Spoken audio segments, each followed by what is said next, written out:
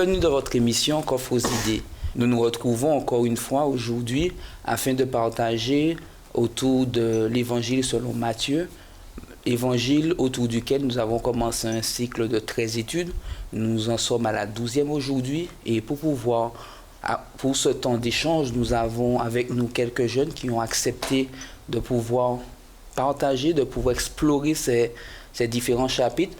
Yanitza, Maël, Jessica, Josué, Yvelise, Emmanuel. Bienvenue à vous. Merci beaucoup. Je crois que c'est avec plaisir, effectivement, que semaine après semaine, chacun d'entre nous, nous faisons le choix d'être présents et de partager autour de ces chapitres. Avant de commencer, j'inviterai Maël à pouvoir prier avec nous. On accueille la tête pour la prière. Notre Père Céleste, merci pour ce moment d'étude que tu permets d'avoir. Merci pour ta paix et ta grâce. Sois avec nous afin que nous puissions comprendre la parole de ta parole et que nous puissions apprécier ce qui vient de toi. Nous te prions, ton Fils Jésus, pour ta gloire. Amen. Amen. Merci Maël.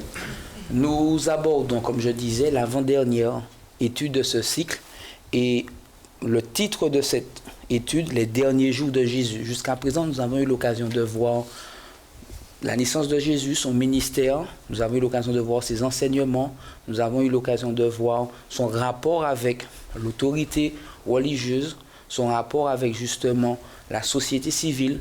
Nous arrivons à une phase plutôt compliquée du ministère de Jésus. Sans plus tarder, je propose que nous lisions Matthieu 26, versets 1 et 2 et que nous puissions découvrir ce qui est dit. Matthieu 26, versets 1 et 2. Un volontaire? Alors, Jésus dit à ses disciples, « Cette nuit, vous allez tous m'abandonner. En effet, dans les livres saints, on lit, « Je vais tuer le berger et les moutons du troupeau partiront de tous les côtés. » Merci Yvelise. Quel est selon vous l'objectif de Jésus lorsqu'il dit ceci à ses disciples? En fait, Jésus souhaite impacter les disciples. Il souhaite que les disciples réalisent que c'est sa dernière mission sur terre et que là, c'est pour le but final, en fait. Donc, il souhaite que les disciples prennent conscience des dernières heures de Jésus sur cette terre, en fait. D'accord, Jessica. Je pense que quand Jésus il dit ça à ses disciples, il a aussi dans sa tête l'après. C'est-à-dire que quand il dit ça à ses disciples, il montre à ses disciples, vous inquiétez pas, je sais toutes choses et toutes choses sont déjà écrites en fait. Quand vous allez m'abandonner, on peut aussi lire, vous allez m'abandonner, c'était déjà prévu et écrit comme ça. Maintenant, qu'est-ce que vous allez faire après? Est-ce qu'après, vous allez revenir sur cet abandon et y remédier et prendre votre charge et tout, ou pas? D'accord. L'un d'entre vous veut-il ajouter quelque chose par rapport à ce qui a été dit? Je suis du même avis que Josué parce qu'en fait, forcément, après avoir abandonné Jésus, qui était quand même devenu comme leur meilleur ami, ils seraient certainement culpabilisés et justement, Jésus est en train de leur dire que de toute façon, vous allez m'abandonner, donc toujours dans l'après, comme tu dis, voilà. Ne désespérez pas, je suis toujours votre ami, en fait, même si vous allez m'abandonner. D'accord. C'est vrai que vous abordez déjà cette notion d'abandon, effectivement, parce que cette déclaration de Jésus met en évidence le fait que les disciples, à un moment donné, vont laisser Jésus. Mais j'aimerais qu'on puisse insister avant tout sur cette notion de mort certaine de Jésus. Jésus sait que finalement son ministère touche à sa fin et Jésus va avoir une attitude particulière à ce moment de son ministère. Quelle était cette attitude? De préparation et en fait il va préparer ses disciples à ce qui va se passer. Il va révéler à ses disciples tout le fil des événements qui va arriver en fait. Tout ce qui va arriver, il le dit à ses disciples clairement. Ok. Donc Jésus va tenter de préparer au mieux ses disciples à cet événement, mais il va se passer quelque chose de particulier. Jésus va faire quelque chose à ce moment précis. Jardin de Gethsémani. Il va prier. Il va prier. Qu'est-ce que tu peux nous dire par rapport à ce temps de prière que Jésus a pu avoir? C'est la prière à Gethsémani, c'est la prière où on peut voir l'angoisse de Jésus. parce que on voit qu'il se bat. Et dans sa prière, il dit, Seigneur, en fait, Père, s'il est possible que cette couple s'éloigne de moi, non pas ce que je veux, mais ce que tu veux. Et on peut voir que il avait une telle angoisse dans sa vie à ce moment-là, un tel mal-être, et que c'était pesant, que le texte nous dit que des gouttes de sang de la taille de grumeaux de sang, c'est-à-dire de la taille de pommes, tombèrent à terre. Donc c'est pour vous démontrer l'extrême angoisse qu'il avait. Et ce que j'ai aimé à chaque fois quand je lis ce passage, c'est que Jésus pouvait s'arrêter là. Il est allé jusqu'au bout.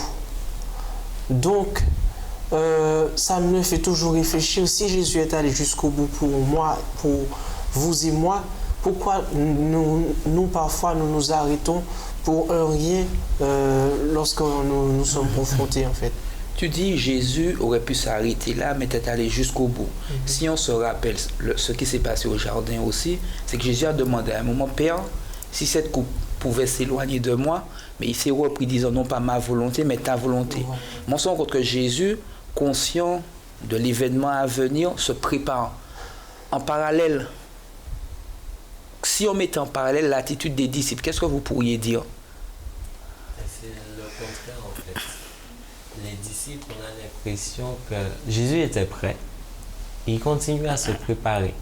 Et il préparait ses disciples.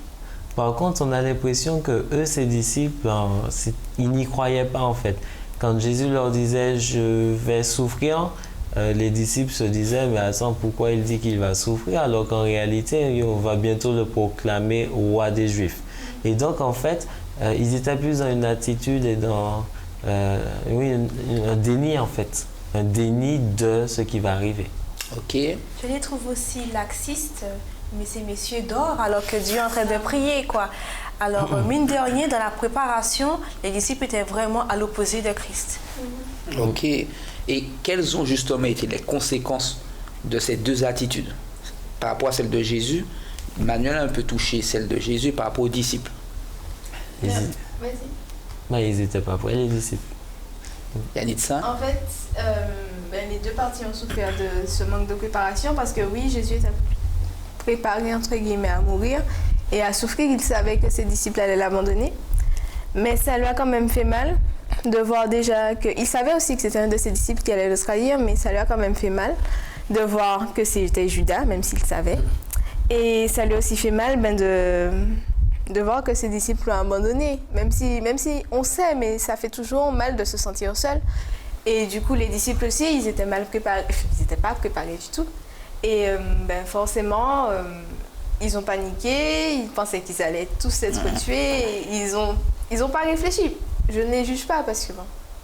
Mais ça, en fait, ça a fait du mal aux deux parties. Okay. Qu'une des deux ne soit pas préparée. Ok, donc on se rend compte effectivement que cette attitude laxiste, comme disait Maël, cette attitude où les disciples n'ont pas pris conscience de l'importance de l'événement qui se préparait, a donné raison malheureusement à Jésus.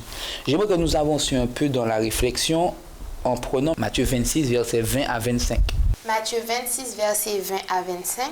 C'est le soir. Jésus s'installe pour le repas avec les 12 apôtres. Pendant qu'ils sont en train de manger, Jésus dit, « Je vous l'affirme, c'est la vérité.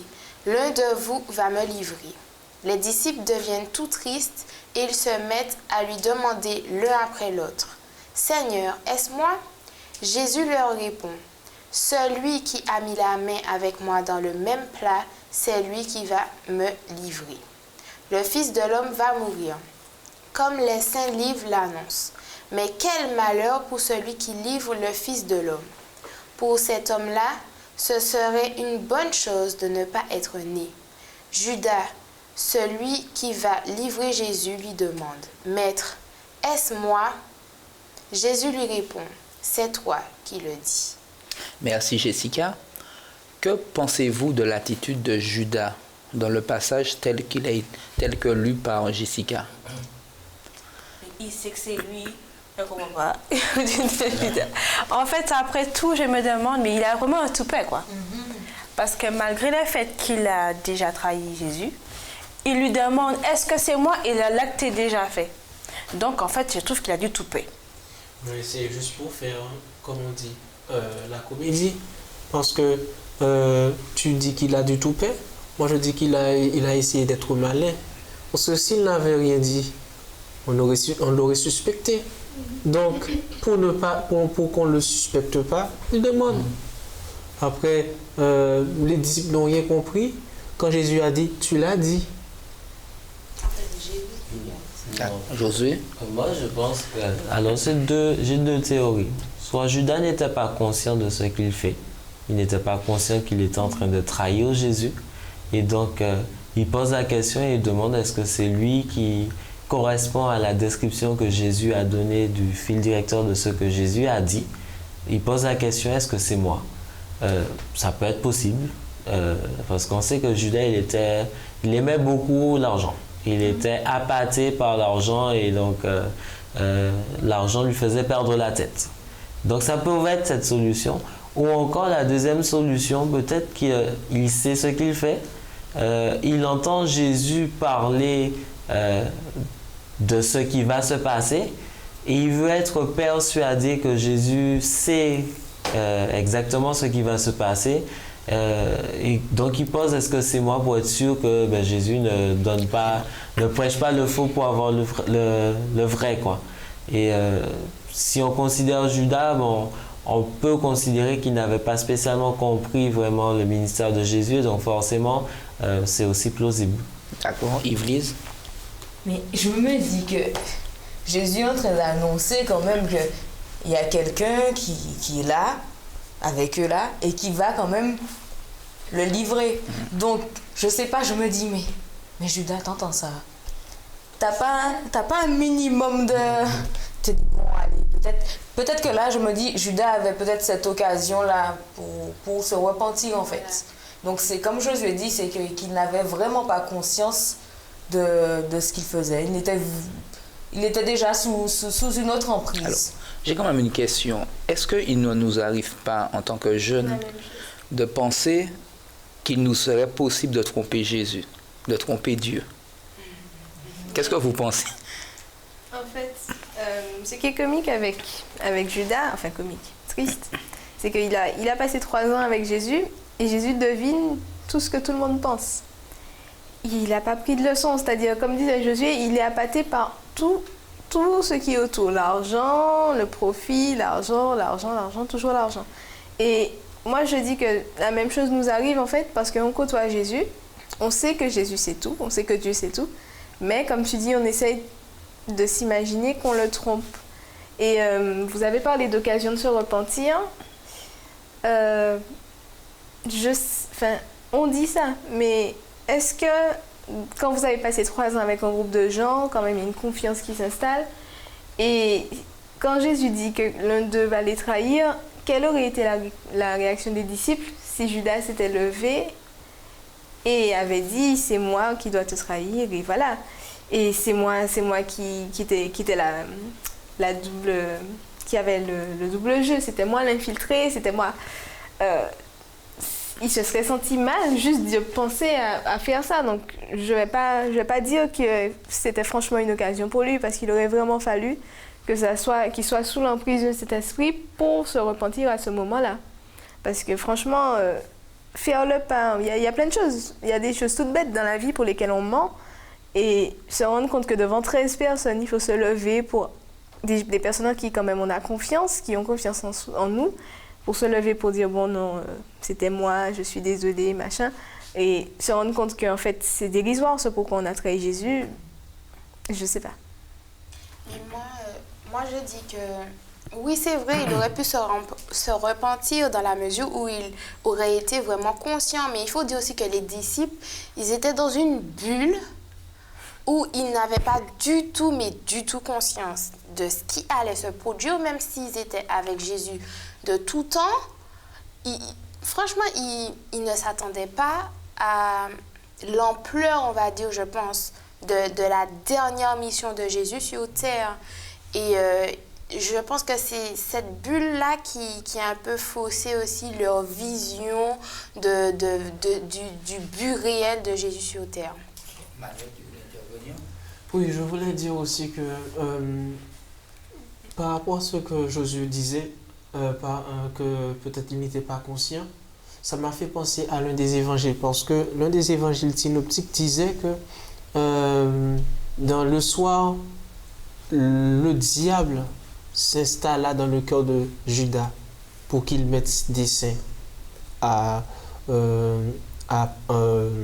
pour qu'il mette ses desseins en œuvre. Merci. Et donc ça me fait penser à une chose aussi, c'est que lorsqu'on ne laisse, comme on dit, on est accaparé par le profit, l'argent et tout ça, ou qu'on est accaparé par quoi que ce soit, et qu'on ne laisse pas l'Esprit de Dieu s'installer et qu'on le chasse, c'est vrai que lorsque le diable prend possession totalement de la personne, la personne est détruite, parce que le diable n'utilise que ta dépendance pour te détruire. Donc il a vu le point faible de Judas pour utiliser ce point faible contre lui. Parfois on peut dire que oui, Judas on le juge, mais ça arrive à bien de personnes qui sont à l'église ou qui travaillent pour le Seigneur depuis des années, et puis du jour au lendemain, ils se retrouvent de l'autre côté. Vous l'avez très clairement exprimé, effectivement, et on aurait pu d'emblée critiquer le choix de Judas, pouvoir le juger, mais en tant que jeune, il peut nous arriver de tomber dans ce genre de situation, croire qu'on peut tromper Jésus, croire qu'en dépit du fait qu'on sache que Jésus est omniscient, omnipotent, sait tout, voit tout, penser qu'on peut feinter Jésus. Vous pensez qu'on peut avoir les deux, comme Judas l'a fait. Pendant 3 ans, il a eu l'argent et la présence de Jésus. Ouais. Ce n'est pas, et on comprend bien que ce n'est pas possible. Donc j'aimerais qu'on avance un peu effectivement dans l'étude d'aujourd'hui, en prenant Matthieu 26, le verset 31, ensuite le verset 34, et pour finir le verset 56. Commençons par Matthieu 26, verset 31. Alors Jésus dit à ses disciples, « Cette nuit, vous allez tous m'abandonner. En effet, dans les livres saints, on lit, « Je vais tuer le berger, et les moutons du troupeau partiront de tous les côtés. » Verset 34, Jésus répond, « Je te le dis, c'est la vérité, cette nuit, avant que le coq chante, tu diras 3 fois que tu ne me connais pas. » Verset 54. Et verset 56. 56. Tout cela réalise ce que les prophètes ont dit dans les livres saints. Alors tous les disciples abandonnent Jésus et ils partent en courant. On se rend compte qu'ici, dans ces 3 textes, Jésus annonce quelque chose, ses disciples, Pierre, tout comme les autres, vont affirmer qu'ils ne l'abandonneront jamais. Pourtant, on se rend compte qu'au verset 56, tous l'ont laissé. Pierre a voulu comme voir ce qui se passe quand on lit le chapitre et les versets qui sont associés, mais Pierre aussi finalement a fini par l'abandonner. On se rend compte que les disciples ont fait preuve d'un excès de confiance. Confiance en leur capacité à faire face aux événements. C'est vrai qu'on pourrait les juger, on pourrait se dire, mais comment des hommes qui ont marché comme Judas avec Jésus pendant plusieurs années arrivent à un stade. Mais nous, en tant que jeunes, comment faire pour que ce type de situation ne nous arrive pas? On a un problème, ça nous arrive déjà. C'est ça. Parce que on ne peut pas dire comment on peut faire pour que cela ne nous arrive pas. On peut dire comment on peut prendre des exemples et des leçons dessus, parce que l'homme est faillible. Depuis le début, avec la nature pécheresse, notre nature pécheresse, on est faillible. On peut dire quelque chose qu'on va faire, oui, on va te suivre, on va faire comme le peuple d'Israël. Tout ce que tu nous diras, nous le ferons. Et pourtant, ce n'est pas cela. Donc, on va dire que dans l'histoire, dans cette partie de la leçon, c'est que c'est vrai, ils ont abandonné Jésus, mais Jésus ne les a pas abandonnés. Et c'est ce qui est le plus important dans l'histoire, parce que quand on parle de l'après, qui est venu les voir? C'est bien Jésus. En fait, parfois, lorsqu'on n'est pas encore dans la situation et qu'on ne souffre pas encore lors de n'importe quelle crise, on pense qu'on va y arriver. Donc, on a un peu confiance parce que on a du recul sur la situation et on dit, bon, ça va, je vais gérer, ça va aller. Mais une fois devant la situation, quelle que soit, surtout celle des disciples, où tu dois exposer ta foi publiquement, ou ton appartenance à la personne de Jésus, tu remets, en fait, tu as un petit peu peur. En fait, c'est la peur qui, parfois, nous empêche de témoigner publiquement de quel camp on fait partie. Et si je pouvais trouver une solution pour surmonter cette situation, c'est d'être constamment dépendant du Christ en dehors ou dans la situation. C'est dire, Seigneur, en dehors de la situation, je ne suis pas encore exposée, mais aide-moi à surmonter tout ça lorsque je serai face à tout cela. D'accord. Josué? Oui, ça me fait sourire parce qu'en fait, les disciples, ils ont quand même vécu 3 ans avec Jésus. Pendant 3 ans, ils étaient avec Jésus et tout. Et à la première difficulté, qu'est-ce qui s'est passé? Ils ont chuté. Ça me fait sourire parce que nous, on a tendance à dire, si on ne veut pas que ça arrive, on n'a qu'à rechercher la présence de Dieu. Ils avaient la présence de Dieu. Malgré ça, ça ne les a pas empêchés de... parce qu'en fait, c'est vrai que la présence de Dieu, c'est bien, mais ça ne suffit pas si on ne cherche pas à comprendre ce qui doit se passer. En fait, à comprendre, c'est bien, on lit la Bible, on prend connaissance à savoir qui est Dieu, mais si on ne fait pas l'effort supplémentaire de comprendre qui est Dieu, mais dès la première difficulté, on risque de trébucher et de tomber comme les disciples ont fait. Ils ont vécu 3 ans, c'est vrai, avec Dieu. Mais ces 3 ans-là, ils ont surfé sur tout se passe bien, tout il est beau, tout il est gentil, Jésus sera le roi. Donc ils n'ont pas compris en fait. Jésus n'était pas là pour pouvoir venir et être le roi des Juifs, mais il était là pour pouvoir sauver l'humanité. Et je rebondis sur ce que Josué dit.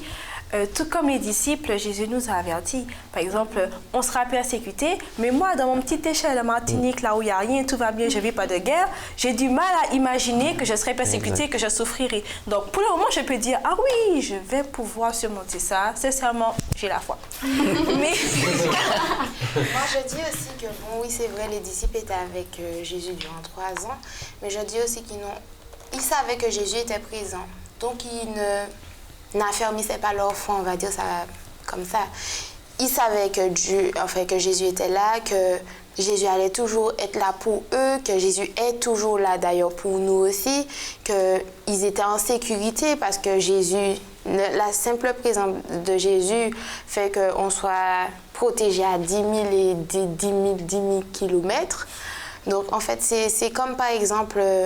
on va prendre un truc dramatique, un décès. Bon, tu es là avec la personne, tu sais que la personne va, je pense, mourir, mais bon, c'est au décès que tu te dis, ah ouais, j'aurais dû faire ci, j'aurais dû faire ça, j'aurais dû profiter pleinement. Mais on peut imaginer ça aussi du côté des disciples. Ils savaient que Jésus était là, ils savaient aussi que, bon, le but final, c'était que, en fait, ils savent que Jésus est roi. Donc pour eux, bon, ils se la coulaient douce, on va dire ça comme ça. Donc on se rend bien compte, effectivement, et vous l'avez exprimé, que tout comme les disciples, il nous est possible d'être dans cette même démarche.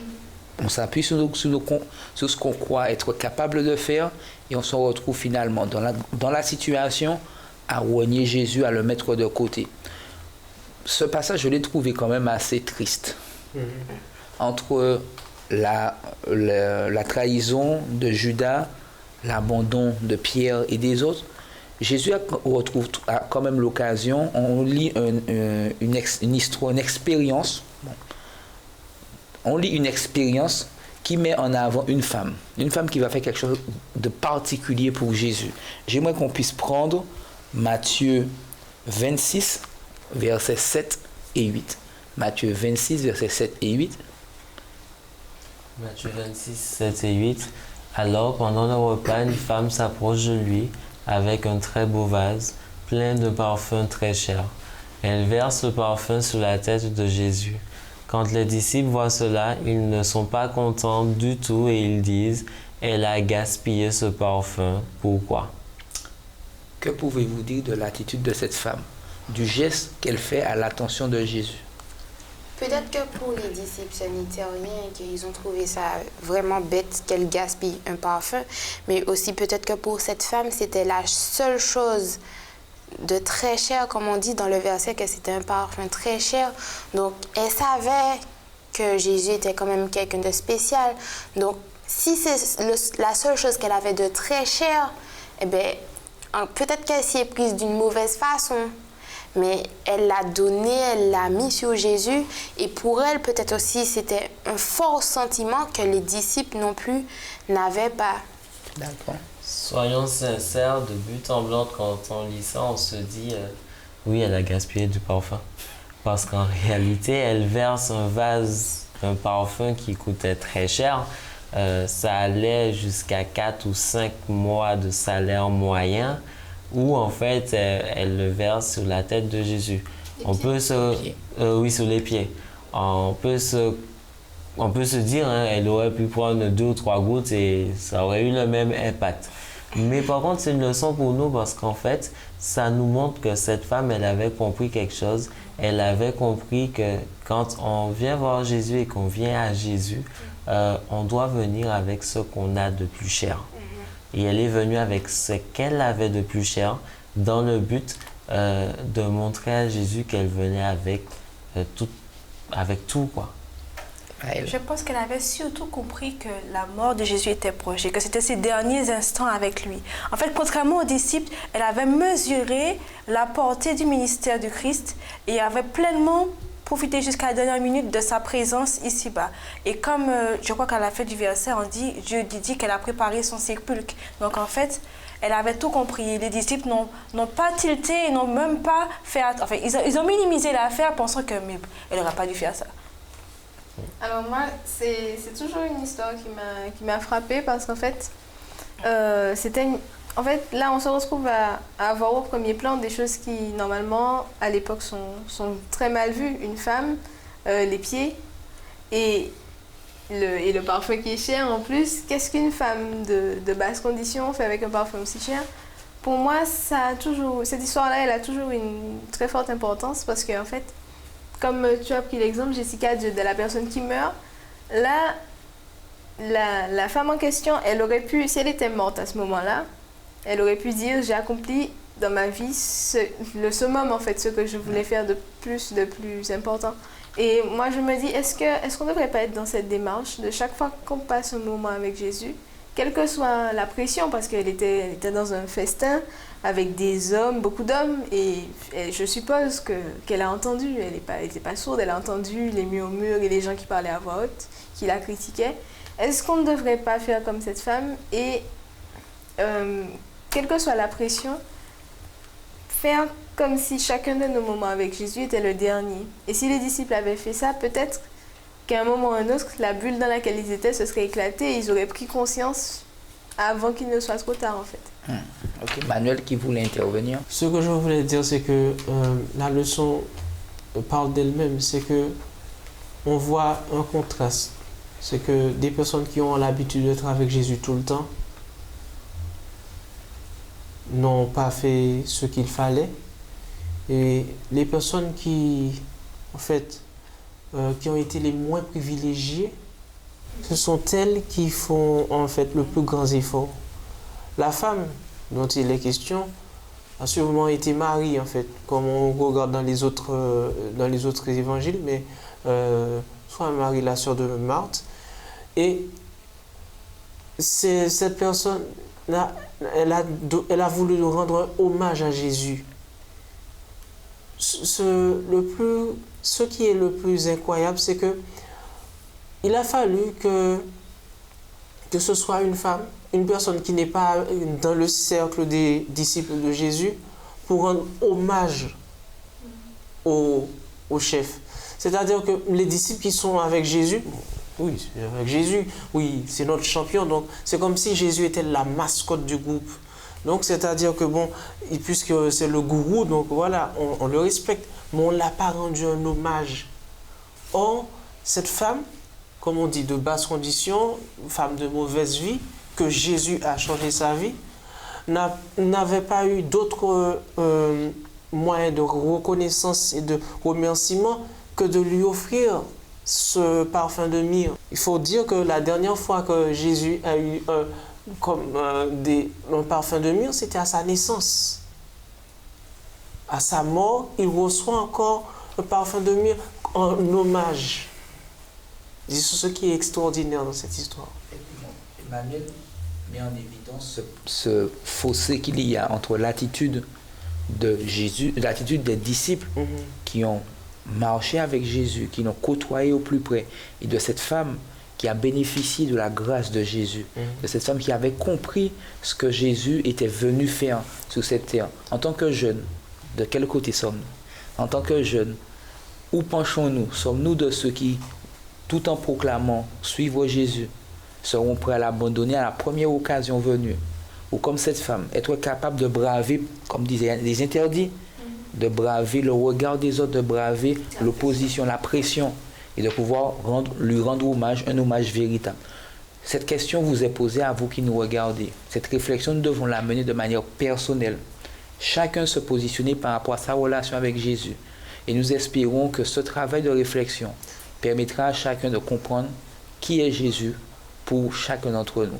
Nous vous donnons rendez-vous pour une prochaine émission Coffre aux idées.